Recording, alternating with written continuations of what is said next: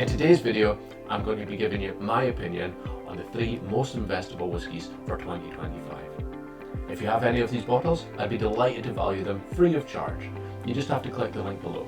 And if you're enjoying our content, please click subscribe. As my third pick, we've chosen the Rare Malt series. In 1993, United Distillers really found themselves in a tricky situation.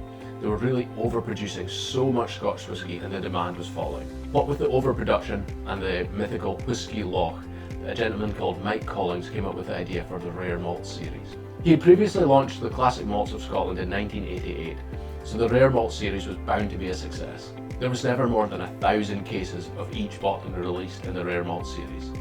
With over 110 different releases from some amazing distilleries like Brora, Port Ellen, St Magdalen, Glen Albyn, the value for money is just absolutely incredible.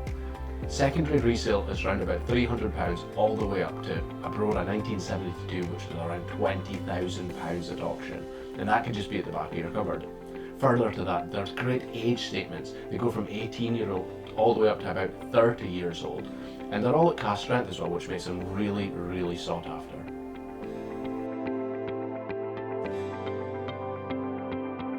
Second pick for the most investable whisky in 2025 would be from the Scotch Malt Whisky Society. The Scotch Malt Whisky Society was founded in Edinburgh in 1973 by a gentleman called Pip.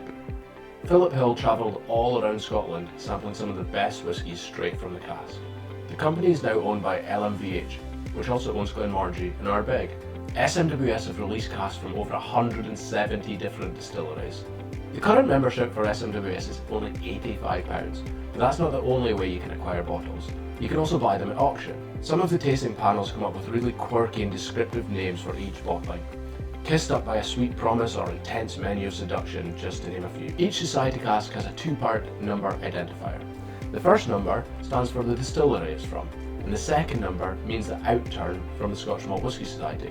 So this is a Glentockers because it's number 63, and the .2 represents it's only the second release ever from SMWS. As of 2010, there was almost 3,500 casks released by SMWS. Despite having that many casks being released, they still maintain a really good secondary resale value. I think that's mainly down to the good strength and good vintage releases. Typical values for a standard bottling from the 70s, 80s and 90s can be anywhere between £200 and £1,000.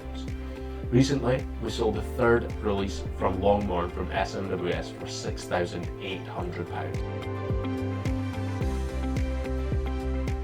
As some of you may have seen, I worked with Mark Littler and chose the Macallan Anniversary Malt as my top pick for an investment in 2025. The series started in 1983 and ran all the way until 2004.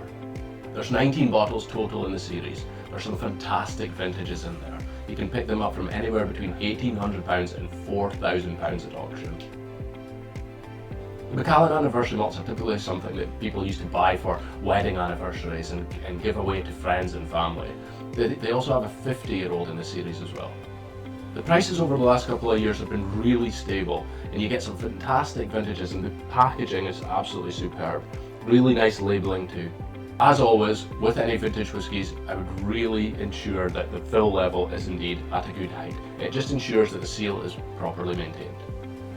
If the Macallan 25-year-old Anniversary Malt is a little bit rich for you, there's also an annual release that Macallan moved towards. 2018 25-year-old, 2020 25-year-old, and they're around about £1,200 at auction, so this could be a really good option for you.